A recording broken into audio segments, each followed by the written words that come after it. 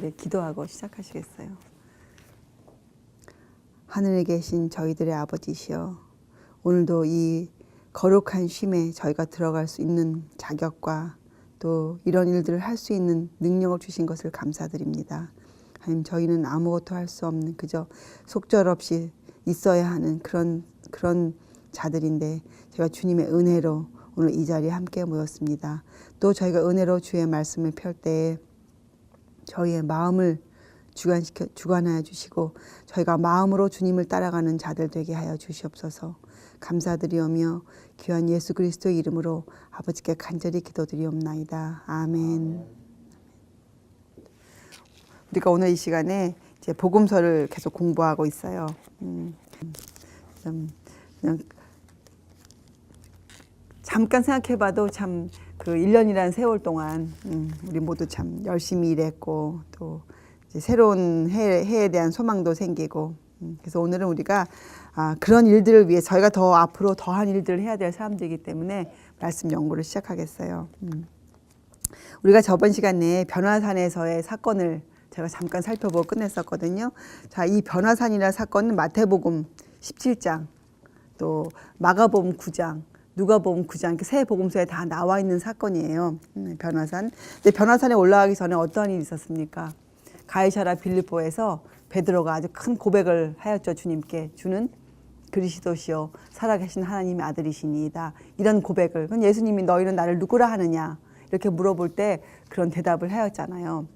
그리고 또 그가 금방 또 예수님께 꾸지람을 듣고 이런 일련의 사건이 있고 엿새 후에 마태복음 17장에 보면 엿새 후에 주님께서 베드로, 야고보 그 형제 요한을 데리고 산에 올라가세요. 그런데 누가복음에 보면 이때 산에 올라가셨을 때 올라가신 이유가 나오세요. 이유는 예수님이 기도하러 올라가셨어요.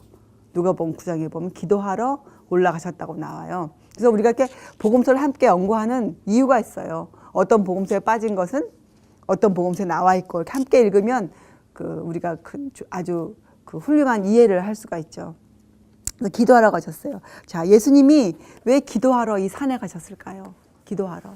그리고 이때 예수님이 어떤 말씀을 시작하셨냐면 왜 베드로가 그런 꾸지람을 듣게 됐습니까? 예수님이 그때야 비로소 그들에게 이제 예수님께서 예루살렘 올라가서 사람들에게 배반을 당하시고 이제 죽음에 넘길 것이라는 그러한 그들이 듣기에 그 당시에 듣기에 어마어마한 그들이 도저히 상상할 수 없는 그들이 일어나기를 원치 아니하는 그러한 일을 예수님이 말씀하셨기 때문에 사단이 베드로가 그때 사단의 그 힘에 유혹되어서 그런 말을 한 것이잖아요.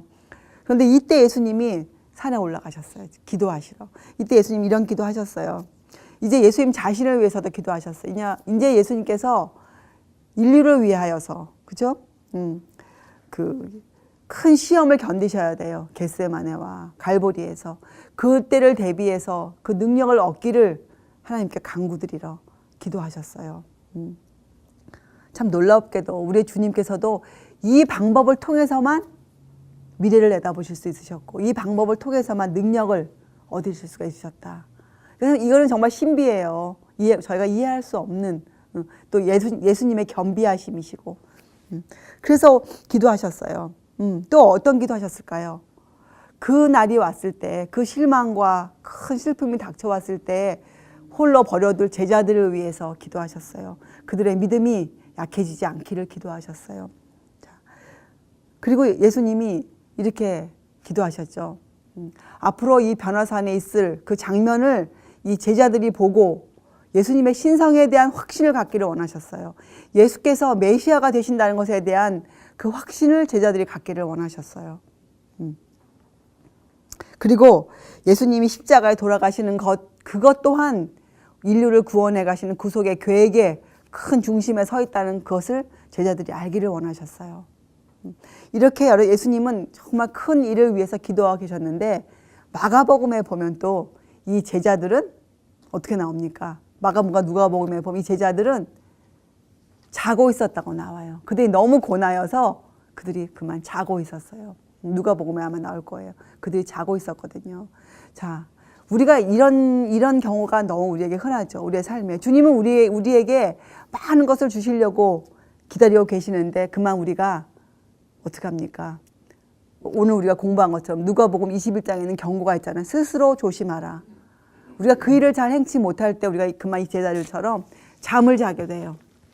그래서 이들은 잠을 잠으로 인해서 굉장히 귀한 걸 잃어버렸죠. 왜냐하면 이 변화산에서 누가 내려왔습니까? 하늘에서. 예, 모세, 엘리야가 내려왔어요. 그때 천사장 가브리엘이 내려온 게 아니에요. 응? 하나님이 특별히 엘리야와 모세를 내려보내셨어요. 왜? 왜 그랬을까요? 모세는 예수님을 대표해서 영혼 구원 사업을 한 사람이잖아요. 그렇죠? 엘리야도 예수님을 대신해 예수님이 해야 될 그 사업을 대신한 사람이에요. 이스라엘 백성을 위해서. 그래서 이 두 사람은 예수님이 앞으로 겪어야 될, 지금도 겪고 계시지만 크게 겪어야 될 그 고민에 그 슬픔을 너무나 잘 알고 경험한 사람들이었어요.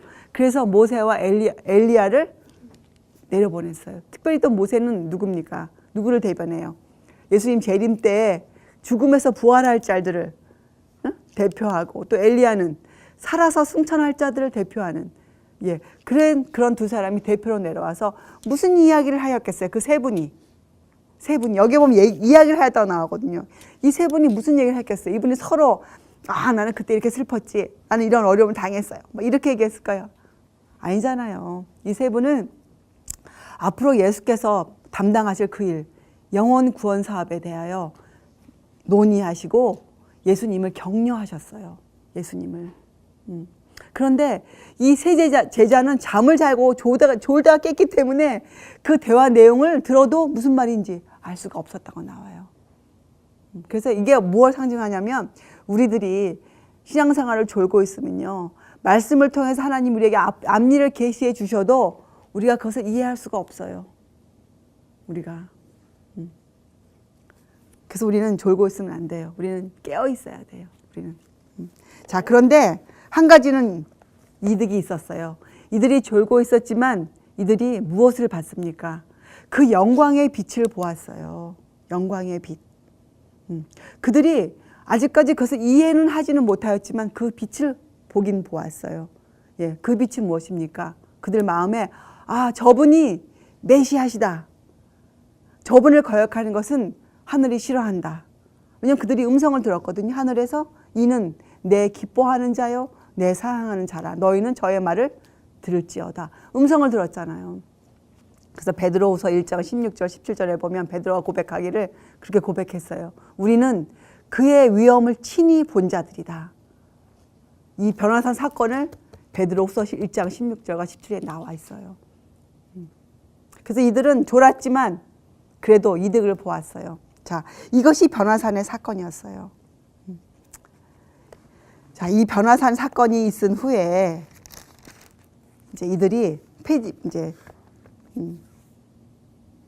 마태복음 17장 9절 보세요. 9절 보면 이제 그들이 산에서 내려와 예수님과 함께 내려오는 장면이 나와요. 장면에 내려오는데 예수님이 이들에게 산에서 내려오시면서 이 제자들에게 당부하세요. 그 이야기를 예수님이 죽은 자 가운데 살아나기 전에는 절대로 이 일에 대해서 언급하지 말아라 하는 이런 부탁을 이들에게 하세요. 그리고 그들도 여기에는 안 나오는데, 마태복음에 안 나오는데 마가복음 9장을 한번 가서 보세요. 이제부터는 마가복음 9장. 마가복음 9장에 가서 보면 이들이 예수님이 그렇게 말씀하셨을 때예요. 10절에 보면 10절. 마가복음 9장 10절. 이제 같은 이야기를 하고 있는 장이거든요. 9장 10절에 보면 이런 문구가 나와요. 저희가 이 말씀을 마음에 두며 서로 문의하되 죽은 자 가운데서 살아난 것이 무엇일까? 그러니까 이들이 얼마나 이 말씀을 이해하는데 더뎠는가를 우리가 알아볼 수 있는 것들이, 이들이 그럼 물어보면 되잖아. 여기에 대해서. 근데 여기서 물어보지 않아요. 이 제자들이. 왜냐하면 묻고 싶지 않았어요. 제자들 마음에는 이 사건이 절대로 일어나면 안 되는 사건이에요. 예수님이 돌아가신다는 사건 자체가. 그래서 이들이 서로 그게 뭐지? 이렇게 했지만 진정으로 그것을 주님께 물어보진 않았어요. 다른 걸 물어보죠. 이에 예수께 묻자와 가로되 어찌하여 서기관들이 엘리야가 먼저 와야 하니까. 이들은 어떠한 이 주제에 대해서 논의하지 아니하고 예수님께 이제 다른 것을 물어보죠. 엘리야 마지막 때, 그 때의 어떤 사건에 대해서 예수님 다 설명해 주세요. 자, 그리고 이들이 이제 걸어서 딱 오는데 이들이 어떤 장면을 보게 됩니까? 이제 산에서 내려왔어요. 그런데 이들을 기다리고 있는 큰 사건이 또 하나가 있죠. 그 사건이 뭐였어요? 예. 지금 세 제자가 산에 올라갔으니까 몇 제자는 밖에 그 산 밑에 있었죠? 9제자. 9제자는 산 밑에 있었어요. 그런데 예수님이 그들이 이제 베드로, 야고보, 요한 예수님과 서로 이렇게 얘기하면서 내려오는데 앞에 와서 보니까 이런 장면이 연출되어 있는 거예요. 사람들이 웅성웅성거리고 있어요. 서로 무언가를 갖고 막 변론하고 있어요. 언쟁을 높이고 있어요. 예. 거기에 세 부류의 지금 사람들이 있어요. 한쪽은 겁에 질려있는 군중들이에요. 어떤 사건 때문에 겁에 질려있는 군중들이고, 또 하나는 무엇인가 그 트집을 잡고자 아주 열의를 내고 있는 서기관들이 있었어요. 또 하나는 아주 당황해하는 예수님의 제자들이 있었어요. 9명의 제자들. 이렇게 세 부류가 섞여서 있는 장면에 예수님이 다가가신 거예요. 예수님은 한눈에 아셨어요. 예수님은 그렇게 떨고 있는 사람들을 보고 당황해 있는 제자들을 보면서 그들의 마음속에 있는 불신을 보셨어요. 불신. 자, 이제 앞으로 우리가 무엇을 공부할 것인데 믿음에 대해서 공부할 것이에요. 이 사건을 놓고 믿음. 믿음, 불신하고 많은 연관이 있죠. 불신, 믿음. 한번 이제 믿음을 한번 보겠어요. 자, 16절에 9장 16절에 예수께서 물으시되 너희가 제자들에게 한 말, 9명의 제자들에게 너희가 무엇을 저희와 변론하느냐? 무슨 문제야 도대체? 무슨 문제야? 이렇게 물어보신 거예요. 그런데 아무도 대답 못해요. 누가 대답을 하는가? 무리 중에 하나가 대답하되 선생님, 벙어리 귀신 들린 내 아들을 선생님께 데려왔나이다. 보니까 귀신 들린 아들을 데리고 온 아버지가 예수님께 대답을 해요. 이 사람이 지금 제일 마음이 탔겠죠. 보아한 이 사건이 무엇이었냐? 이 예수님과 세 제자가 변화산에 있을 동안 이 9제자는 산 밑에 있었어요. 그런데 그때 마을 사람들이 귀신 들린 젊은 아이를 데리고 왔어요. 그 아버지가 그 제자를 데리고 와서 내 아들을 좀 고쳐주시옵소 하고 간절하게 그 제자들에게 부탁을 하였어요. 근데 이 제자들은 자신이 있었어요. 왜냐하면 그 전에 이 제자들이 그 선교 사업 나갔을 때 예수님이 귀신을 쫓는, 귀신을 제어하는 권세를 주셨잖아요. 그래서 그들이 그 일을 행하고 돌아와서 기뻐하였잖아요. 그런 사건이 그 전에 있었잖아요. 그렇죠? 그 일이 있었기 때문에 제자들은 당연히 자기네가 할 줄 알고 이제 그 아들에게 예수의 이름으로 귀신을 나가라 하였겠죠. 그런데 어떤 일이 벌어졌어요. 이 귀신이 전혀 요동을 하지 않는 거예요. 또 그 사건을 보고 이 서기관들은 잘됐다. 이제 내가 책을 잡았어요. 이제 제자들에게 이제 꼬투리를 잡은 거죠. 너희는 사기꾼들이다. 너희는 가짜다. 너희 선생은 예수는 가짜다. 이렇게. 그러니까 백성들은 어떻게 됐겠어요? 웅성웅성. 이거 어떻게 된 거야 도대체? 이러고 있었잖아요. 이런 사건이 왜 생겼을까요? 이 제자들이 왜 9명 제자들이 왜 그렇게 정말 예수님께 영광을 돌리지 못하는 일을 행하였을까요? 이것이 전부 다가 믿음이랑 연관된 것들이에요. 살펴보자고요.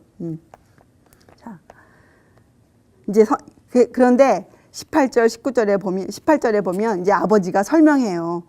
어떤 사건이었나? 이 사건이었어요.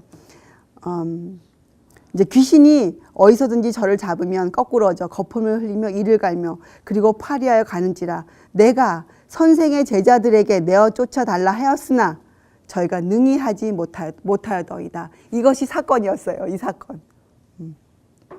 자, 19절 예수님의 대답이 말씀하시기를 믿음이 없는 세대여 내가 얼마나 너희와 함께 했으며 얼마나 너희를 참으리요 그를 내게로 데려오라 하시매. 예수님이 어떻게 하셨어요?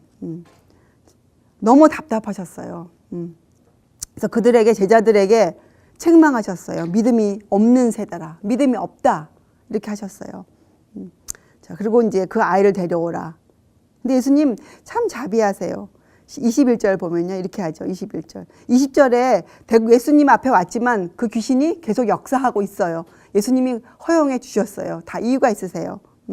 그리고 21절 예수께서 그 아비에게 물으시되 예수님 그 아버지의 마음을 아셨어요. 예수님이요. 이 아들을 고치는데 아들만을 위해서 고치는 게 아니에요. 아버지에게도 아버지도 그 죄에서 노임을 받아야 되거든요. 아버지도. 자, 그래서 그 아버지에게 물으세요. 언제부터 그렇게 되었느냐. 여러분 이 음성을 한번 상상해 보세요. 이 장면을 상상해 보시고. 예? 예수님이 그 아버지에게, 그 무서워 떠는 아버지, 아들을 고치기 위해서 온갖 힘을 다하는 그 아버지에게 예수님의 자비로운 음성 설명해 보라. 언제부터 이렇게 되었지 이 아이가. 정말 이거는 사랑의 음성이세요. 예수님이 사랑의 음성. 예수님이요 이런 과정 없이 그냥 이 귀신을 내어쫓 주실 수 분명히 있으세요. 근데 그렇게 안 하세요, 예수님. 왜냐하면 이러한 장면들을 통해서 예수님은 그 장면을 보고 있는 자들, 또 앞으로 이 글을 읽을 우리들이 무엇을 깨달아 알기를 원하셨거든요. 그래서 장면 예수님이 이 장면을 행하세요. 그러니 22절에 이렇게 아버지가 대답해요. 귀신이 저를 죽이려고 불과 물에 차주 던졌나이다. 이 아버지가 이것을 그냥 했겠어요? 아버지가 울면서, 그죠? 떨리는 목소리로. 그러나 예수님께 이렇게 얘기해요. 그러나 무엇을 하실 수 있거든 우리를 불쌍히 여기사 도와주옵소서. 그렇죠?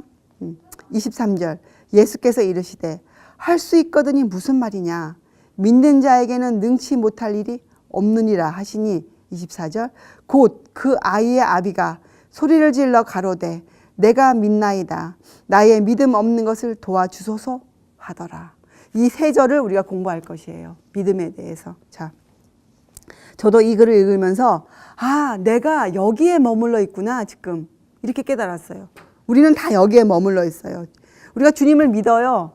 그렇죠? 우리가 주님께 문제를 가져와요. 그런데 이렇게 기도해요. 주님 저를 불쌍히 여겨주세요. 도와주시옵소서. 그런데 거기다 토를 달아요. 주님 하실 수 있으면 해주세요. 이렇게 우리가 하는 마음으로 이 기도를 하고 있는 거예요. 주님께. 저희가 앞서 얘기했지만 우리가 정말 주님을 믿는다면, 우리가 주님을 100% 신뢰하고 있다면 우리 이렇게 기도하지 않을 거예요. 24절처럼 주님 믿습니다. 그렇죠? 네, 주님 그러나 저의 연약함을 도와주시옵소서. 이렇게만 기도할 것이에요. 근데 우리 마음에 주님 글쎄요 이 문제는 너무 큽니다. 주님 제가 주님을 사랑합니다. 예, 불쌍히 여겨주세요. 이렇게 요 정도만큼의 간절한 마음이에요. 우리가 100% 주님이 하실 수 있다. 주님의 능력을 믿는 100%가 아니란 말이죠. 그래서 우리가 예수님처럼 밤새워 기도하지 않아요. 예수님은 하나님 아버지를 100% 믿으셨어요. 예, 인류를 구원함에 있어서 어떠한 방해가 와도 하나님이 하신다는 100%의 믿음이 있었기 때문에 예수님은 아무리 피곤하고 아무리 어려운 가운데에서도 예수님은 그 하나님을 의지하기 위해서 그분은 밤이 맞도록 기도하셨어요. 여러분과 제가 기도가 부족한 이유는, 더 얘기해서 기도를 하지 않는 이유는 우리 마음에 그 신실함이 없기 때문에 그래요. 우리가 주님을 그렇게 의지하지 않기 때문에, 주님을 신뢰하지 않기 때문에 저희가 이 제자들처럼 졸고 있거나 기도한다 하면서도, 믿고자 하면서도 졸고 있거나 아니면 기도하지 않아요. 그 상태가 우리의 상태임을 우리가 인정해야 돼요. 자, 근데 예수님께서 하셨어요. 자비의 음성으로 그 아버지에게 그래 말해보거라. 어찌 되었느냐. 그 사랑의 음성이 이 아버지의 귀를 뚫었어요. 마음을 뚫었어요. 이렇게 얘기했거든요. 할 수 있거든이 무슨 말이야. 믿는 자에게는 능치 못한 일이 없느니라. 이 말씀이, 이 사랑의 음성이 이 아버지의 귀를 뚫었어요. 그럴 때 이 아버지가 소리를 질렀어요. 어떻게? 주님, 내가 믿나이다. 그런데 이 아버지가 안타까워요. 자기에게 그런 믿음이 없어요. 예, 정말 간절히 원하는데 그 믿음이 없는 걸 발견했어요. 속절없는 상태. 우리가 손이 있어도, 발이 있어도, 입이 있어도, 예? 우리의 구원을 위해서 아무것도 할 수 없는, 내 사랑하는 자녀를 위해서 아무것도 할 수 없는, 우리 다 경험한 바잖아요. 나의 속절없는 상태. 예? 그 어찌할 수 없는 내 마음을 내가 어찌할 수 없는 그 마음이 이 아버지가 알게 되었어요. 그때 그가 소리 질렀어요. 내가 믿나이다. 나의 믿음 없는 것을 주님 도와주소서. 그때 예수님이 어떻게 했어요?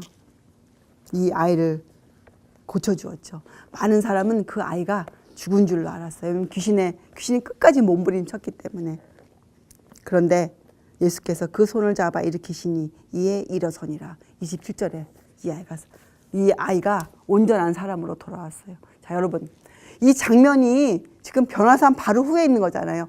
사람의 모습이 이렇게 두 가지예요. 자, 예수님도 우리와 같은 사람이셨습니까? 사람이셨죠. 그렇죠. 자, 그래서 사람이 어떻게 돼요? 하나님의 영광으로도 변화할 수가 있어요. 그렇죠? 그 장면이 곧 있었어요. 그 후에 바로 어떤 장면이 있었어요? 사람이 귀신에게 붙들리면 이런 장면이 나와요. 귀신처럼 미친 사람이 돼버리는 거예요. 이렇게 극단적인 양 장면을 제자들이 보았어요. 사람들이 보았어요. 자, 굉장한 장면이죠. 예수님은 포로된 자에게 자유를 주기 위해서 지금 일하시고, 또 사단은 어떻게 일합니까?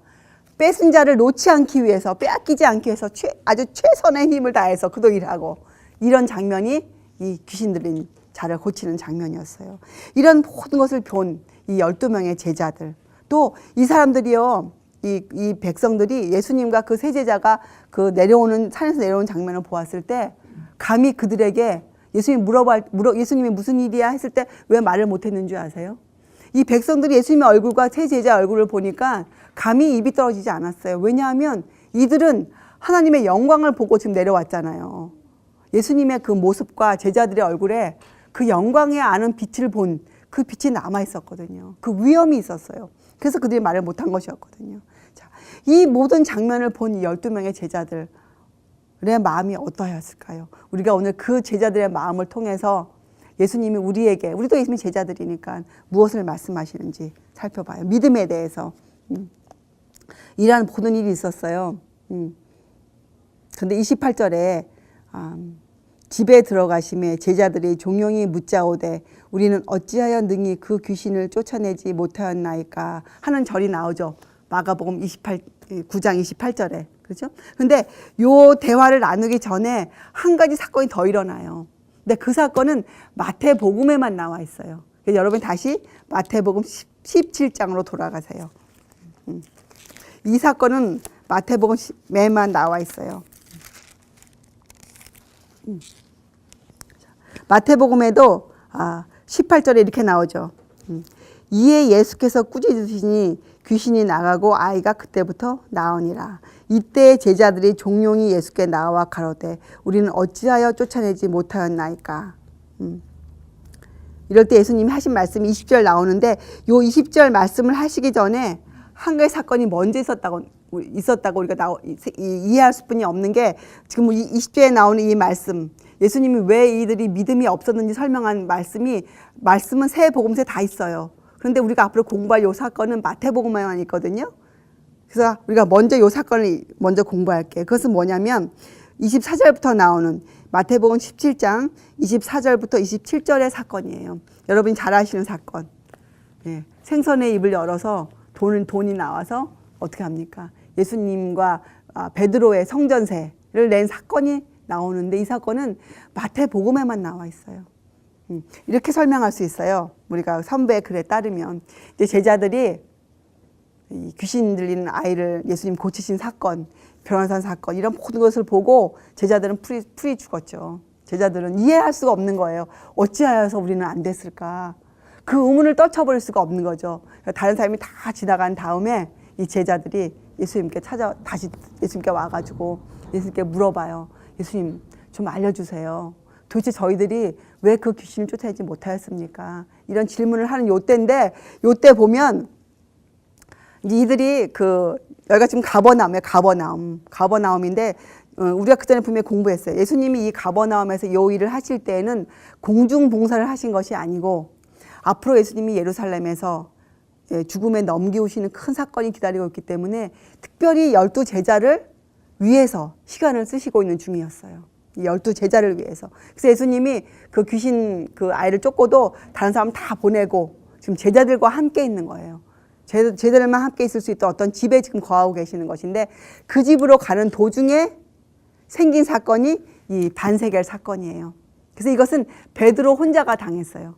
왜냐면 다른 사람들 다 예수와 함께 지금 그 집으로 가는 도중에 어떤 사람이 베드로에게 질문을 했어요. 어떤 사람이. 자, 그 질문이 이거예요. 베드로에게 나와 가로되 24절 너희 선생이 반세계를 내지 아니하느냐. 그러니까 이때에는 예수님도 곁에 없었어요. 베드로 혼자 있었어요. 이 질문을 받았을 때. 그렇죠? 25절 베드로다운 행동을 또 하는 거예요. 좀 생각을 해보든지 예수께 가서 좀 물어봐야 될 거 아니에요. 선생님 지금 성전세를 내라고 하는데 어떻게 할까요? 근데 베드로는 자기의 충동 그대로 25절에 그래? 왜냐하면 베드로가 영리한 사람이었거든요. 이걸 질문할 때 베드로가 알았어요. 너 지금 우리 선생님 책을 잡자고 지금 너 하는 거지? 왜냐하면 여러분이 아세요. 이 반세겔 성전세 이 성소제도 때 공부해 보면 이것이 속전이 속전. 백화라고 부르는 속전인데 우리가 이거 월간지 한번 내온 적이 있으니까 읽어보세요. 이것은 속전이거든요. 레위기서에 보면 이스라엘 백성은 누구나 이 속전을 내야 돼요. 이 속전은 국가적인 세금이 아니에요. 이것은 종교적인 종교세예요. 누구나 하나님의 그 구속의 상징으로 속전세를 내었거든요. 그것이 반세겔이에요. 백화예요. 그것이 성전세였어요. 그래서 이 법이 이 예수님 당시에는 더 커졌어요. 커져서 성전세를 내지 않으면 완전한 이거는 성전 모독죄, 참남죄, 하나님 모독죄, 굉장한 죄였어요. 그래서 이 사람들이 예수님을 책잡기 위해서 예수님께 성전세를 내야 되지 않겠느냐. 너와 너의 선생이 이렇게 질문했을 때 베드로는 알아차렸어요. 아, 우리 선생을 책잡기 위해서 너희들 이 질문하는구나.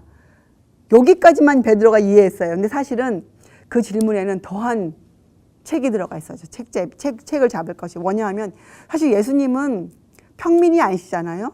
예수님은 그저한 사람이 아니시잖아요. 예수님은 우리의 메시아요. 그 성전의 주인 되신 분이세요. 그죠?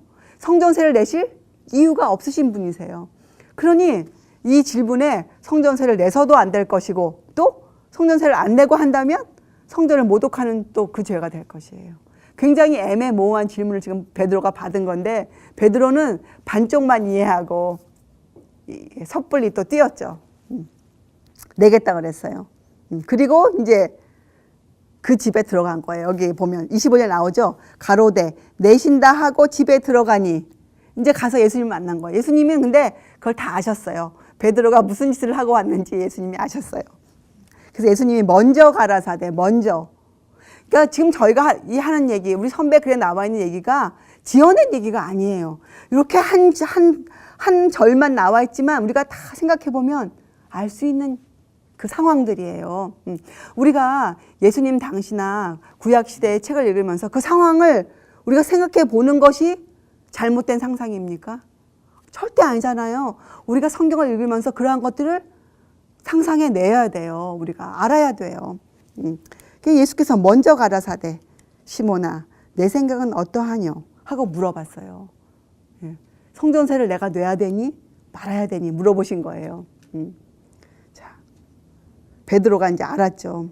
왜냐하면 이 당시에도요. 레위기에도 나오지만 이 당시에도 성전세를 내지 않는 자들이 있었어요. 레위인들은 기업이 없었잖아요. 성전세를 내지 않았거든요. 그 당시에도 예전에도 예수님 당시에도 이 선지자들, 레위인들, 랍비들, 선생들은 성전세를 내지 않았었어요. 그러니까 예수님은 그 당시의 법으로만 봐도 선생님이셨으니까 그들이 선생이라 주라 칭하였잖아요. 그렇기 때문에 성전세를 내실 이유가 없으셨던 분이세요. 그런데 어떻게 했습니까? 예수님의 답은 27절 이렇게 하셨어요. 그러나 우리가 저희로 오해케 하지 않기 위하여 어떻게 해요? 한 이적을 베푸세요. 그죠? 베드로에게 시키세요. 성전세를 내고 오라고. 너와 나를 위하여. 원래 성전세는요. 누가 남을 위해 낼 수 없는 게 속전이에요. 속전은 그렇게 할 수 없는 것이 법이었거든요. 근데 예수님은 예외셨어요. 왜? 예수님은 우리의 구세주이셨기 때문에. 예수님이 우리의 구세주이시기 때문에 예수님 우리를 대신해서 성전세를 내주셨어요. 예수님께서. 그것이 이 성전세 반세일에 대한 사건이었거든요. 자, 그러면 예수님께서 왜 이런 일을 안 낸다고 설명을 다 해주시면 될 거 아니에요. 이렇게 지금 우리처럼 예수님의 메시아이심을 다 알려주고 이래서 나는 안 낸다. 안 내도 괜찮아 하고 하셨을 텐데 예수님은 그렇게 안 하시고 27절에 어떻게 했어요? 저희로 오해케 하지 않기 위해. 이 저희가 누굽니까? 저희가. 그 당시 바리새인들, 그 당시 백성들, 그들이 오해케 하지 않기 위해서 예수님이 성년세를 내셨어요. 이것은 우리에게 어떠한 교훈일까요? 이것은 그 제자들에게 어떠한 교훈을 주시기 위해서 이렇게 하셨을까요? 이것은 뭐냐? 앞으로 이 당시에도 오래지 않아, 세월이 흐르지 않아서 성전 봉사에 대한 모든 사람이 갖고 있는 이해에 정말 맞지 않는 행동을 제자들이 해야 돼요. 그렇죠? 예수님이 십자가에 돌아가시고 부활하셔 성전에 올라가시면 더 이상 성전이 그들에게 유효하지 않았어요. 그렇죠? 그들이 구속받기 위해서 이제는 성전에 갈 이유가 없었어요. 그들이 무엇을 해야 되었어요? 예수님만을 믿어야 되었잖아요. 또 AD 70년경에는 어떤 일이 생길 것이었어요. 그 성전이 다 파괴될 것이었어요. 그래서 앞으로 있을 그 성전에 대한 이해가 달라질 것이에요. 그때 그들이 오해하지 않도록 하기 위해서 예수님이 이때 알지만 예수님이 이 일을 행하셨어요. 자, 이것은 우리에게 어떠한 교훈을 남겨줍니까? 우리들도 이 시대에 앞으로 사람들이 이 날이 주님의 날이야 하고 믿는 날이 지금 있잖아요. 일요일. 그죠? 근데 앞으로 머지않아 이 일요일에 대한 이해가 달라져야 돼요. 그죠? 그때 그 사람, 그것을 목격할 자들, 그때 그 일을 당할 자들이 오해치 않도록, 예? 지금부터 우리가 미리 끌어다가 그들을 오해시킬 이유가 전혀 없어요. 안식일을 전하는 문제는 정말 저희가 이 교훈을 따라서 해야 돼요. 응? 우리가 그것을 미리 내놓을 이유가 없어요. 왜냐하면 그들이 이해할 수 있는 바탕이 되어 있지 않은데 우리가 그 문제를 내놓을 이유가 아직 없어요. 그것이 예수님의 교훈이었어요. 원칙이 안식일에 대한 이해가 희생되어서는 절대로 안 되죠. 그것은 원칙이니까, 하나님의 계명이니까. 하지만 우리가 그것 때문에 논쟁을 해서는 아직은 안 돼요. 지금은 그것을 할 때가 아니에요. 예수님이 그러한 목적으로 교훈을 이 제자들에게 주셨어요. 왜냐하면 제자들도 곧 앞으로 멀지 않은 장래에 이 성전 문제 때문에 많은 오해를 받는 입장에 처하게 될 것이었거든요.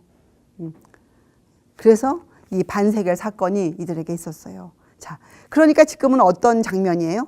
이제 베드로도 예수님 제자 12명 중에 이제 합류가 되었죠. 이제 그러니까 제자 12명이 다 같이 지금 예수님과 함께 있는 장면이 이제 다시 돌아왔어요. 그때 제자들이, 근데 사실은 이 제자들이 귀신이 막 이제 그 귀신 들리는 아이가 나왔을 때 그때 조용히 물었어요. 묻긴 물었어요. 이제 거기에 대한 대답을 이제 예수님이 12제자가 다 있을 때 하시는 거예요.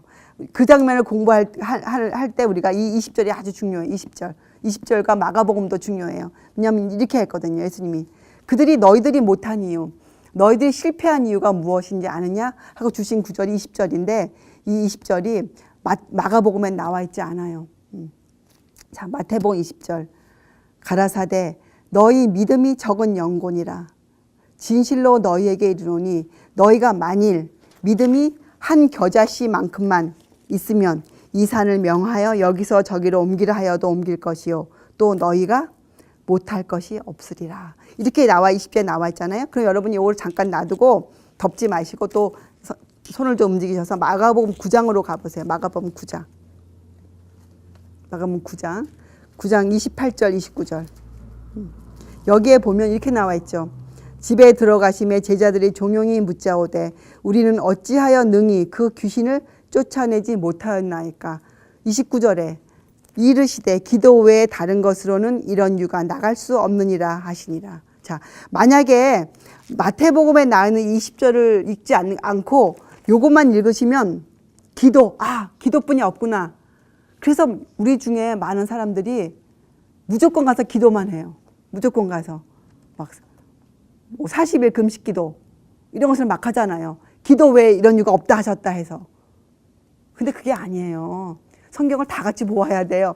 여기 20절에 보면 분명히 이 기도를 바치고 있는 무엇이 필요하다고요? 믿음이 필요하다 하셨어요. 왜냐하면 처음에 말씀하시기를 믿음이 적은 영혼이라. 그렇죠? 믿음과 기도가 같이 있어야 돼요. 믿음과 기도. 믿음과 기도. 자, 그런데 어떤 믿음인가 한번 봐요. 어떤 믿음.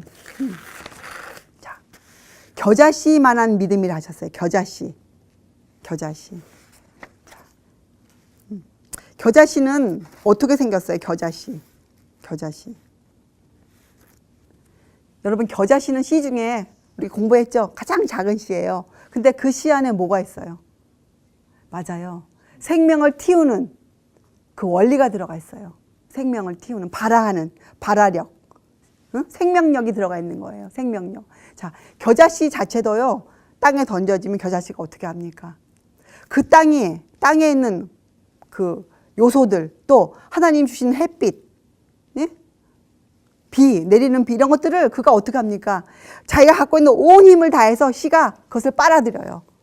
그러면 이 겨자씨는 어떻게 크는데, 어떻게 크는 줄 아세요? 겨자씨는 보통 나무들보다 성장이 빨라요.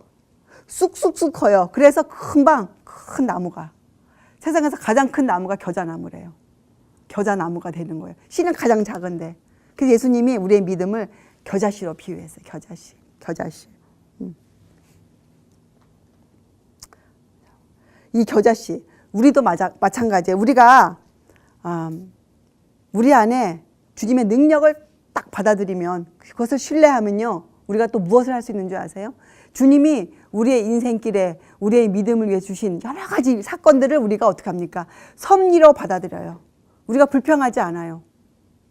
그것을 섭리로 받아들여서 그것을 믿고 우리가 살아요. 그럴 때 우리가 믿음이 성장해요. 그것이 믿음의 원리예요. 자, 다른 말로 하면 우리가 믿음이 부족하다 하는 것은, 할 때 우리가 해야 될 일들이 있어요. 믿음이 부족하다는 것은 이 제자들처럼 된 거였거든요. 이 아홉 제자. 물론 세 제자도 다 깨어 있지만, 이 제자들이 사실적으로 이 귀신을 쫓아내지 못한 이유가 사실 있어요. 성경에 보면 무슨 이유가 나와 있냐? 자, 한번 살펴보세요. 제자들이 이 변화산 가기 전에 예수님이 아까 그 얘기를 하셨죠. 이제 내가 예루살렘에 올라가서 내가 이제 죽는다. 이랬더니 제자들이 그만 낙심했어요. 저런 일이 생길 건가 우리한테? 설마. 이렇게 마음이 낙심됐는데, 거기다가 또 예수님이 베드로, 야고보, 요한만 데리고 산에 가셨단 말이에요. 그 남아있는 아홉 제자들 마음에 지금 예수님이 죽는다는 그 얘기를 듣는 순간 이런 생각이 들었어요. 저분이 메시아가 맞는가? 저분이 우리가 원하는, 우리가 배웠던 그 메시아가 맞아? 혹시 아닐까 하는 마음이 가득 들어왔는데, 거기다가 설상가상으로 예수님이 3명만 데리고 올라갔어요. 그 장면을 딱 본 순간, 그러니까 불신이 있는 마음으로 그 장면을 보니까 무엇이 들어왔어요? 시기심이 들어왔어요. 아니, 왜 나보다 더 나은 것이 없는 저 3명만 왜 데리고 가셨지? 이건 뭐야 하는 시기심이 그만 들어와 버렸어요. 그래서 그들이 낙담과 시기심 두 가지가 들어왔어요. 그들이 산 밑에 앉아 있는데 어깨에 힘도 다 빠지고, 이제는 예수님 따라다니면서 전도 사업하고 싶은 마음이 싹 사라졌어요. 이 제자들 마음에, 우리가 뭐라고 이런 사업 하겠어. 우리는 이렇게 대접을 못 받는데, 응? 우리는 다 버리고 예수님을 쫓았는데, 예수님 지금 저 3명만 데리고 가셨잖아. 우리는 이런 일 할 사람들이 아니야. 우리는 지금 온당한 대접을 받지 못했어. 예수님, 우리를 지금 버리신 거야. 막 이러면서 이들이 그 온 밤을 기도로 지새워야 될 텐데. 그쵸? 근데 그들이 뭐 했냐면, 그들이 시시하게 생각하고 그들이 불평했어요. 불평으로 온 밤을 지새웠어요. 그래, 당연히 그 아침에 그 아버지가 그 아픈 애를 데리고 왔을 때 고칠 힘이 당연히 없죠. 그들 마음에 무슨 힘이 남아있겠어요. 밤새도록 불평하고 지냈는데. 여러분 그런 경험 있으시죠? 우리도 무슨 일 사건에 우리가 이해할 수 없는 어떤 일이 딱 지나갔을 때 우리 마음에 불평이 올라오고, 그래 우리가 무슨 이 정도 해가지고 뭐 이런 사업하겠어. 그래 뭐 그렇지 뭐. 이렇게 온 밤을 지새보세요. 그 다음날 아침에 이 사무실 나가고 싶은 마음이 딱 없어져요. 예수님 얼굴 보고 싶은 생각도 없어져요. 지금 제자들이 그랬거든요, 사실은. 그 제자들이 이 귀신을 쫓아낼 힘이 당연히 없었어요. 그 상태를 예수님이 믿음이 없다, 믿음이 적다 이렇게 표현하셨어요. 그러니까 여러분 마음에, 저 마음에 우리가 혹시 앞으로 그런 일을 당하면 그때 우리가 어떻게 주님 앞에, 주님 그러나 믿나이다, 저희 믿음 없는 것을 불쌍히 여겨 주시옵소서, 이런 기도를 드려야 될 거예요. 그리고 실제적으로 이렇게 해야 돼요. 우리가 믿음이 부족하다, 그걸 알았다, 그렇게 느꼈다, 그럼 이렇게 해야 돼요. 우리 주님 안에는 이 죄를 정복하고, 그렇죠? 또 우리가 우리 앞에 있는 모든 시험을 물리칠 수 있는 능력이, 모든 방도를 주님은 갖고 계시다, 그것을 믿어야 돼요. 그리고 어떻게 합니까? 우리가 주님께 우리 자신을 내어 드려야 돼요. 이 아버지가 소리친 것처럼 믿나이다 이렇게 소리를 질러야 돼요. 무엇을 믿어요? 주님 안에 모든 능력이, 어떤 능력? 죄를 정복하고 지금 나를 유혹하고 있는, 우리 오늘 공부한 거 있잖아요. 마귀를 멸하러 오신 그분. 예? 또 그분 안에는 모든 방도가 준비되어 있다. 나를 구원해 가시는 모든 일에 주님은 능하신 분이시다. 이것을 우리가 믿어야 돼요. 사실 믿음이라는 것은 이런 거예요. 우리를 하늘과 연결시켜주고, 그렇죠? 흑암의 권세와 겨루어 싸울 힘을 주는 것이 바로 믿음이에요. 우리가 사단과 싸워서 이길 힘을 주는 것이 믿음이거든요. 믿음. 그러니까 믿음이 우리에겐 절대적으로 필요한 것이고, 우리는 큰 믿음이 있어야 되는 사람들이죠. 우리에게. 자, 그래서 우리에게는 겨자씨의 믿음. 근데 우리가 뭐 큰 씨앗의 믿음이 필요한 게 아니에요. 우리는 겨자씨 믿음. 어떤 믿음? 왜 하필 겨자씨예요? 작지만 일단 땅에 심겨지면 하나님이 예수님 안에 준비해 놓으신 모든 것들을 그저 빨아들여요. 믿음으로 우리가 빨아들여요. 그래서 어떻게 됩니까? 우리의 성장이 쑥쑥 크는 거예요. 우리가 아까 목사님 말씀하신 것처럼 몇 달 만에, 예수를 전혀 모르는 사람이었는데도 몇 달 만에 예수님을 알아가는 사람으로 성장하는 거예요. 우리가 모든 단계는 거치지만 우리가 무엇은 할 수 있어요? 시간은 우리가 절약할 수 있거든요. 우리의 믿음 여하에 따라서. 그것이 겨자씨 믿음이에요. 그리고 여기에 예수님의 약속이 있어요. 약속을 붙잡아야 돼요. 우리가 약속, 말씀. 그래서 사실 믿음은 말씀에서 오는 것이잖아요. 말씀을 들음으로. 그 말씀은 약속이시고, 또 어떤 약속이 있습니까? 요한복음 6장 37절에 내게 오는 자는 내가 결코 어떻게 해요?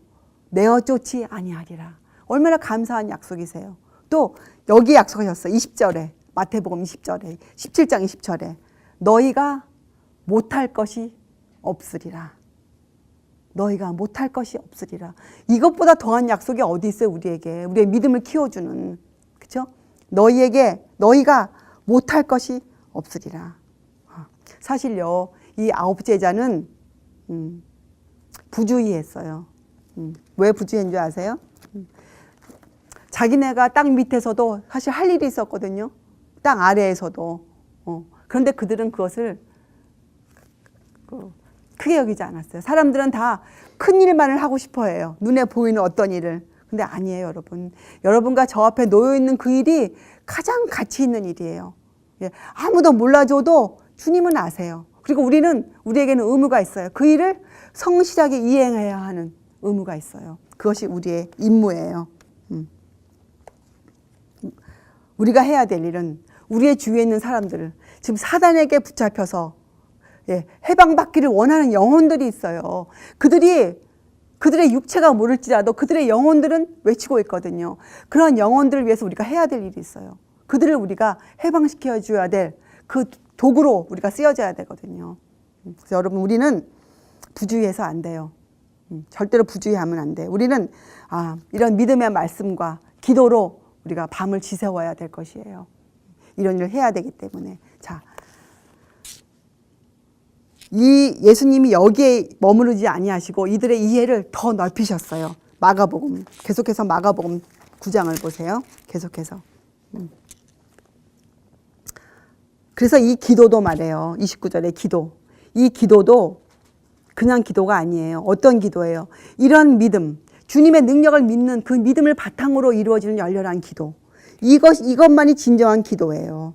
이것만이. 그렇게 될 때야 우리가 하나님을 전적으로 의지할 수 있는 기도를 드릴 수가 있어요.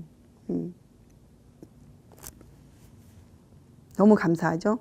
근데 예수님께서는 여기서 끝이지 아니하시고 이들의 믿음에 대한 이해를 더 넓히세요. 자, 30절 마가복음 9장 30절이에요.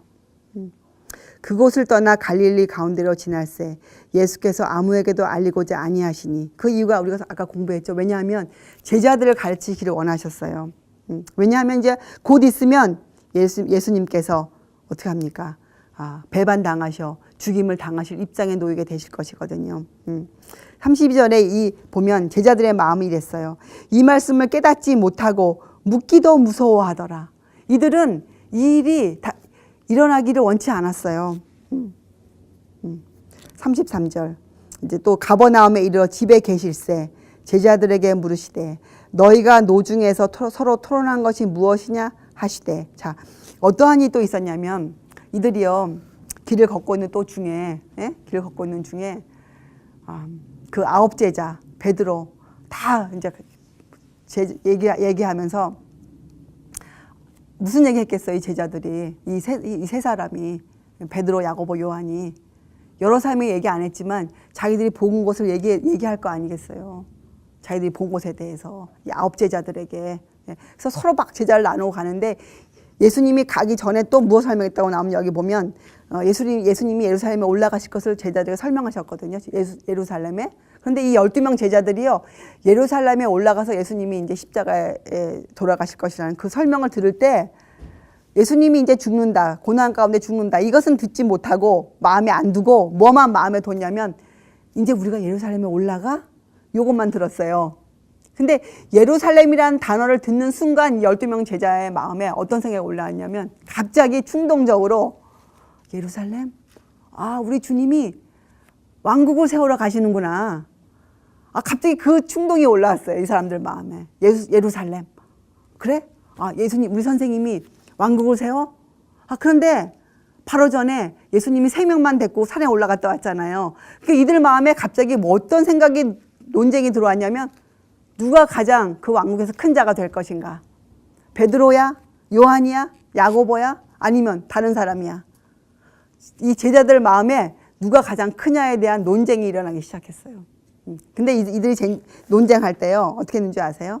보통 때는 이들이 걸을 때 예수님 주위를 서로 가까이 서로 예수님 옆에 쓰려고 막 이렇게 몸을 부딪히면서 걸어요. 예수님하고. 근데 이 논쟁을 할 때는 이들이 예수님하고 같이 가까이 안 걸었어요.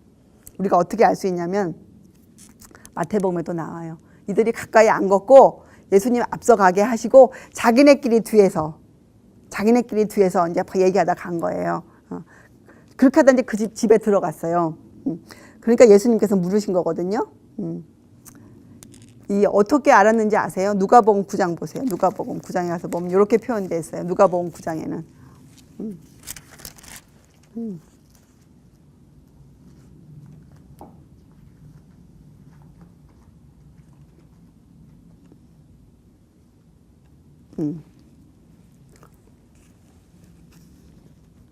그리고 아까 이 베드로랑 벼안새 졸았다. 그것도 마태복음과 마가복음에는 없어요. 졸았다. 근데 누가복음에만 나와 있어요. 졸았다고. 32절에. 그죠?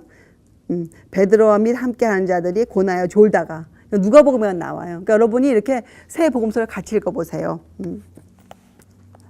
누가복음이 아니고 마태였던 것 같아요. 지금 저희가 공부하려고 하는 것은 예수님과 제자들이 같이 걷지 않았다는 것을 보면 마태복음 한번 또 가서 보세요. 17장. 마태복음 17장에 보면 18장에 보면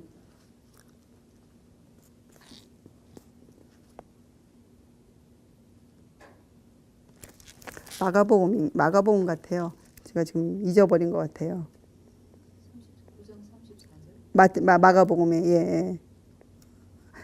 어떻게 알 수 있냐면은 이렇게 할 수 있죠. 33절과 34절에 예수님이 물었잖아요. 너희가 너 중에서 서로 토론한 것이 무엇이냐. 왜냐하면 예수님이 들을 수 없는 거리에서 이들이 얘기했거든요. 근데 예수님이 아셨죠. 예수님이 물어보신 거예요. 그러니 34절에 저희가 잠잠해요. 왜냐하면 예수님이 물어보시니까 대답할 수가 없었어요. 네? 그리고 그 다음에 이렇게 나오죠. 이는 노중에서 서로 누가 크냐 하고 쟁론하였음이니라. 그들이 잠잠한 이유가 뭐예요? 예수님 모르게 뒤에서 자기네끼리 궁시렁거렸거든요. 그래서 대답할 수가 없었어요. 자, 이들은 변화산에도 갔다 왔고, 그렇죠? 또 예수님이 그 귀신을 쫓아내는 그 장면도 보았고, 다 보았는데도 불구하고 또 왜 이런 질문을 할까요? 왜 이런 걸로 또 서로 싸우고 있을까요? 근데 여러분 참 신기한 건요. 마지막 때, 그 마지막 디너, 마지막 그 식사하는 그 자리 전에도 이들이 이걸로 싸워요. 예수님의 제자들이. 누가 크냐 가지고. 그래서 오늘 우리가 이것을 공부해야 돼요. 왜 그럴까요? 왜 이들이 예수님이 메시아 되신 거에 대한 이해를 이렇게 설명을 들었고 다 했는데도 왜 이들이 이 싸움을 하고 있을까요? 가장 크냐. 근데 이것을 여러분, 이 문제가 지금 우리에게는 가장 시급한 문제예요. 우리 마음에도. 그래서 오늘 우리가 공부해. 예수님의 대답은 이거였어요. 35절에. 이렇게 교훈하셨어요. 첫째가 되고자 하면 무사람의 끝이 되며 무사람을 섬기는 자가 되어야 하리라. 이것이 답이에요. 그리고 예수님이 그 다음에 보면 어린아이를 하나 데려와요. 이 어린아이처럼 되지 아니하면 마태복음에 너희는 결단코 천국에 들어가지 못하리라. 이렇게 마태복음에 말씀하셨단 말이에요. 자, 이게 무슨 뜻일까요? 여기에 만약에 예수님이 너희가 첫째가 되고 싶어? 그러면 신학 공부를 열심히 해가지고 목사가 되거라. 아니면 전도사가 되거라. 아니면 장로가 되거라. 이렇게 말씀 안 하셨단 말이에요. 예수님이 첫째가 되고자 하면 무사람의 끝이 되어야 된다. 그리고 섬기는 자가 되어라 하면서 어린아이를 비유로 드셨어요. 이게 무슨 말씀인지 우리가 알아야 돼요. 그것이 무슨 말씀인지. 자, 제자들이 왜 다퉜습니까? 겉으로 보이는 원인은 이거였어요. 겉으로 보이는 원인은 그들이 예수님이 앞으로 이룰 이 은혜의 왕국에 대한 이해가 부족하였다. 왜냐하면 이들이 믿기에 더딘 자들이었잖아요. 제자들일지라 할지라도 이들이 믿기에 아주 이해가 더딘 사람들이었어요. 우리처럼. 그래서 표면적으로 겉에 보이는 원인은 이들이 예수님의 왕국에 대해서 이해가 좀 부족했다. 그래서 싸웠다. 이렇게 볼 수 있어요. 그러면 예수님이 이들에게 아무리 설명해 주어도 이들이 이것을 끝까지 어느 정도까지 이해 못했다는 것이 어떤 결과냐면 이들이 싸웠거든요. 예수님 설명을 해 주셨는데도, 예수님 나라에 대해 설명해 주셨는데도 이들이 싸웠어요. 자, 그것은 무엇을 뜻하느냐? 자, 이들이 정말 싸운 그 원인이 무엇이냔 말이에요. 정말 싸운 원인. 그것은 이들이 근본적으로 원인이 있었어요. 아무리 말씀을 많이 듣고 이들이 배웠어도 그 배움이 그들의 마음을 변화시켜 놓지 못했어요. 그들의 마음이 예수님의 능력으로 변화되어 있지 않았어요. 그래서 그들은 이 싸움을 싸웠거든요. 근데 이 싸움이 왜 우리가 꼭 알아야 되는 싸움이냐면 누가 크냐? 가장 높은 자가 되겠다. 이거 누구의 정신이에요? 이거 사단의 정신이에요. 이거 루시퍼의 정신이었어요. 높은 자와 비길이라. 이게 사단의 정신이었거든요. 그래서 우리가 이것을 알아야 돼요. 진실로 지극히 높은 자가 되고 싶다. 이거 다시 한번 들어보세요. 지극히 높은 자가 되고 싶다. 지극히 높은 자의 정신을 따르고 싶다. 이건 틀린 것이에요? 이건 맞는 것이에요. 지극히 높은 자의 정신은 누구의 정신이에요? 이거 예수님의 정신이에요. 어떤 정신? 무아의 정신. 내가 없는, 이기심이 없는 사랑의 봉사를 할 수 있는 사람. 사랑의 봉사할 수 있는 분의 정신. 우리가 이 정신을 꼭 배워야 돼요. 이 정신으로 우리의 정신이 변화되고 우리의 마음이 변화되어야 돼요. 그런데 사단은 높은 자가 되고자 해요. 높은 자. 지극히 높은 자가 되고자 해요. 이것은 욕심이에요. 이기심이에요. 이것은 우리가 절대로 가지고 있어서는 안 되는 것이에요. 루시퍼가 원한 것은 하나님의 능력이지 하나님의 품성이 절대로 아니었어요. 이런 정신에 자극된 사람들이 보여지는 생태가 있어요. 이런 정신에 자극되어 있는 사람들은요, 사람들을 볼 때 그들을 영혼으로 보지 않아요. 그들은 사람들을 자기가 가야 될 길을 가로막고 있는 장애물로 보아요. 그래서 그 사람들을 이간시키고 시기하고 분쟁을 일으켜서 그 사람들을 없애버리려고 그래요. 그렇죠? 또 어떤 사람들, 연약한 사람들을 보면 그 사람들을 이용해서 그 사람들을 디딤돌로 해서 자기가 올라가고자 해요. 영혼을 그렇게 취급해요. 이 정신에 물들어 있으면. 그렇죠? 그런데 우리는 아니에요. 우리는 모든 사람을 우리가 아무리 높은 지식을 갖고 있다 하더라도 우리가 진정으로 이 높은 이 정신에 우리가 정말 취해 있다면 우리는 영혼을 이렇게 볼 것이에요. 모든 영혼, 이 영혼 안에는 예외가 없어요. 많이 배운 자, 못 배운 자, 가진 자, 없는 자, 심지어는 믿지 않는 자, 예? 심지어 나를 조롱하는 자, 나를 오해하는 자, 모든 사람이 들어가 있어요. 우리는 이 모든 사람을 이렇게 취급해야 돼요. 그 영혼들을 예수의 피로, 예수님이 사신 불쌍한 영혼들, 귀한 영혼들, 값진 보아들, 예수님의 영혼들, 이렇게 취급해주는 마음이 우리 안에 있어야 돼. 그게 지극히 높으신 자의 정신을 갖고 있는 사람들의 마음이에요. 이 정신이 아니면 영혼들을 그렇게 봐요. 이렇게 안 보고 저 사람 나의 길을 막고 있는 자야. 내가 높이 올라가야 되는데 나의 방해가 되는 자야. 그럴 때 어떡합니까? 이간해요. 예. 그리고 분쟁을 일으켜서 그를 쫓아버려요. 그리고 또 자기에게 이용이 될 때에는 그 사람을 디딛고 올라가요. 이거 아주 무서운 것이에요. 이것이 해결되지 아니하면 교회의 분쟁이 끊이지가 않아요. 교회의 분쟁이 끊이지 아니하는 정말 진짜 원인은 바로 이 정신에 속해 있는 자들이 있기 때문에 그러한 것이에요. 우리는 이 정신을 절대로 갖고 있어서는 안 돼요. 자, 예수님은 어떤 분이셨어요? 빌립보서 2장 7절 8절에 오히려 자기를 비어, 그죠? 오히려 자기를 비어 종의 형체를 가져 사람들과 같이 되었고 사람의 모양으로 나타나셨으며 자기를 낮추시고 죽기까지 복종하셨으니 곧 십자가에 죽으심이라. 우리가 이렇게 이해해야죠. 이것이 바로 진정한 겸손함이에요. 이것이 진정한 온유함이에요. 그래서 명예로운 자가 되려면 어떻게 해야 됩니까? 먼저 겸손한 자가 되어야 돼요. 마음이 겸손한 자, 그렇죠? 마음이 청결한 자, 마음이 가난한 자. 그래서 하늘나라로 지배하고 있는 원칙, 그렇죠? 거기서 표준이 되고 있는 원칙은 뭐예요? 어떤 겸손함이에요? 바로 이러한 겸손함인데 예수님이 어린 아이를 데려오셨어요. 자, 우리에게 뭐가 필요합니까? 우리에게 어떠한 것이 필요하다. 왜 예수님이 어린아이를 데리고 오셨을까요? 어린아이 같은 믿음이에요. 단순함, 그렇죠? 예. 자기 부정, 자기를 인정하지 않는 정신. 또 어때요? 아이를 갖고 있는 것 중에 가장 귀한 것이 하나 있어요. 엄마를 무조건 믿어요. 엄마를 무조건 사랑해요. 예, 우리가 그게 필요해요. 예수님을 무조건 사랑하는 것, 예수님을 무조건 신뢰하는 것. 예수님 우리 보고 어린애가 데려간 게 아니잖아요. 어린애를 데려온 거는 어린아이와 같은 정신, 예, 단순함, 자기를 부정하는 것, 예, 단순하게 신뢰하는 사랑을 갖고 있는, 예, 그것이 사실은 하늘에서 갖고 있는 하늘의 원칙이고 하늘의 속성이고 하늘의 표준이에요.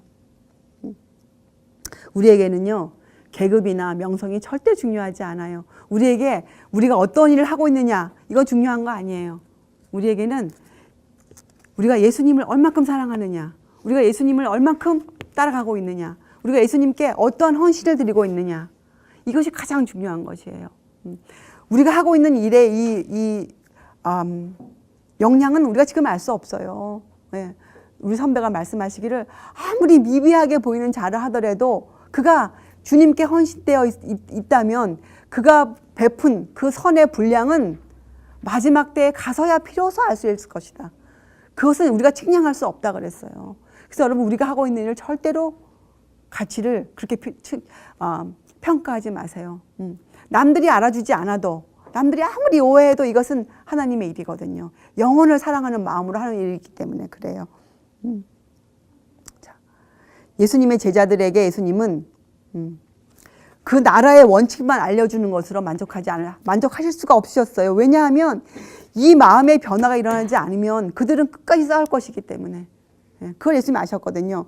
그들에게 필요한 것은 그 하늘나라 원칙에 그들의 마음을 일치시켜줄 그것이 필요했어요. 마음의 변화였어요. 우리가 하나님께 회복되려면요, 우리의 마음이 하늘과 통로가 열려져야 돼요. 우리가, 그렇죠? 그 무엇이에요? 전혀 나를 높이려 하지 아니하고, 그렇죠? 이 영혼을 구원하는 사업에 있어서도 자기를 높이자가 하는 사람들이 있어요, 진짜로. 그것이 가장 위험한 것이에요. 우리는 자기를 높이려는 정신이 전혀 없어야 돼요. 그래야 우리가 진정으로 영혼을 구원하는 일을 할 수가 있어요. 그래야 남들이 실패하는 곳에서 우리는 성공할 수 있어요. 성공할 수뿐이 없어요. 왜냐하면 예수님 말씀이 너희가 못할 것이 없느니라 약속하셨잖아요. 그리고 우리는 이런 사람들은요, 하늘의 도움의 필요를 절실하게 느껴요. 우리의 속죄없음을 알기 때문에 하늘에서 날 도와줘야 된다. 이것을 절실하게 느끼고 기다릴 수 있어요. 그래서 영광의 주님께서는 이렇게 마음이 온유하고 겸손한 자들, 이것이 온유고 이것이 겸손이에요. 외향적으로 인사 잘하고 외향적으로 부드러운 미소를 띠고 있는 것이 절대로 겸손이 아니에요.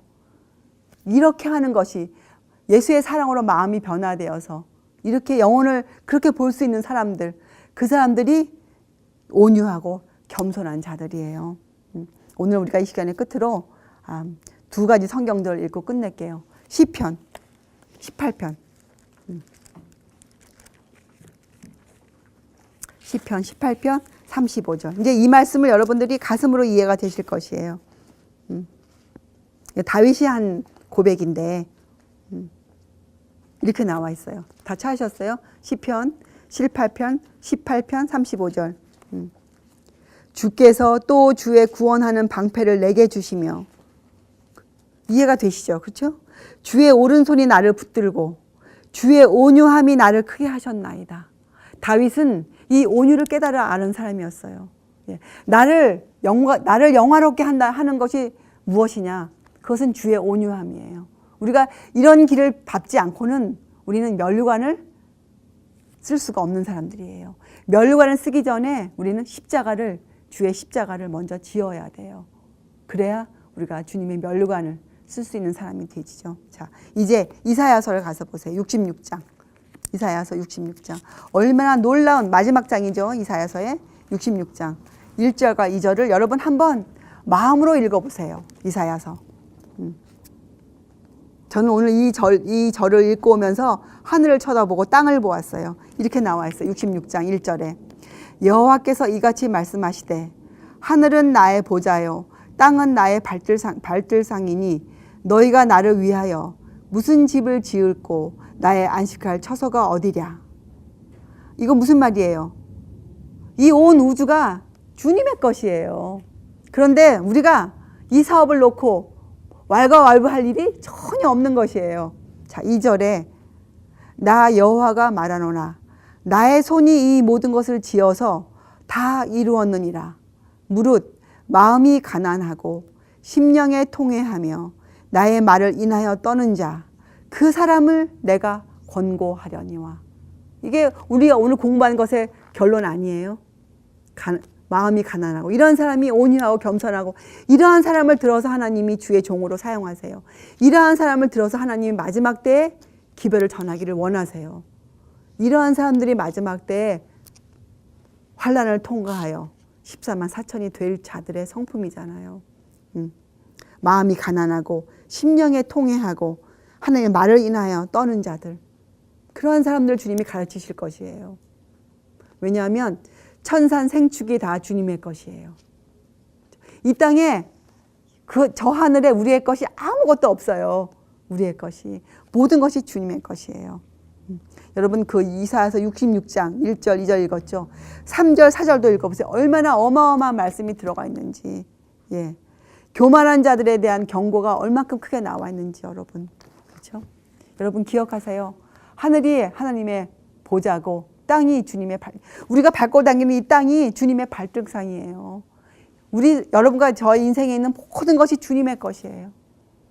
그리고 주님이 여러분과 저희를 구원하시기 위해서 모든 것을 베풀어 놓으셨어요. 이제 우리가 할 일은 무엇이에요? 그것을 그저 성실히 이행하기만 하면 돼요. 성실하게 믿고 따라가기만 하면 돼요.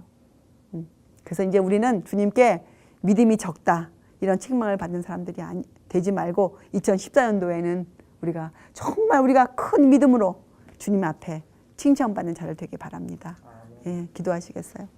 하나님 아버지, 저희들은 미약하고 부족하고 저희들은 그저 주님 앞에 엎드려 주님을 믿습니다. 저희의 믿음 없는 것을 불쌍히 여기시고 저에게 믿음을 허락하여 주시옵소서. 이렇게 외칠 수뿐이 없는 속절없는 인간들입니다. 주님, 그러나 저희들은 주님께서 이 모든 것을 베푸시고 우리를 구원하시러 이 땅에 오셔서 십자가에 저희를 위하여 주님의 목숨과 모든 것을 내어주신 것을 저희는 믿습니다. 또한 저희들은 주님께서 하늘에 부활승천하시어서 그 하늘에서도 저희를 위하여 지금도 모든 것을 내어놓으시고 기도해 주시고 계신 것을 저희는 믿습니다. 주님, 저희의 이 믿음은 귀한 것이고 이것은 주님께서 기뻐하시는 것입니다. 주님, 저희는 주님께서 기뻐하시는 자가 되기를 원합니다. 주님, 저희가 앞으로 저희의 모든 삶을 주님께 드리기를 원합니다. 주님, 이 삶을 받으셔서 저희를 주님의 귀한 종들로 삼아 주시옵소서. 그 일을 저희가 이행할 수 있도록 저희가 성실히 살아갈 수 있는 그 힘도 주님께서 허락하여 주시옵소서. 감사드리오며 귀하신 예수 그리스도의 이름으로 아버지께 간절히 기도드리옵나이다. 아멘.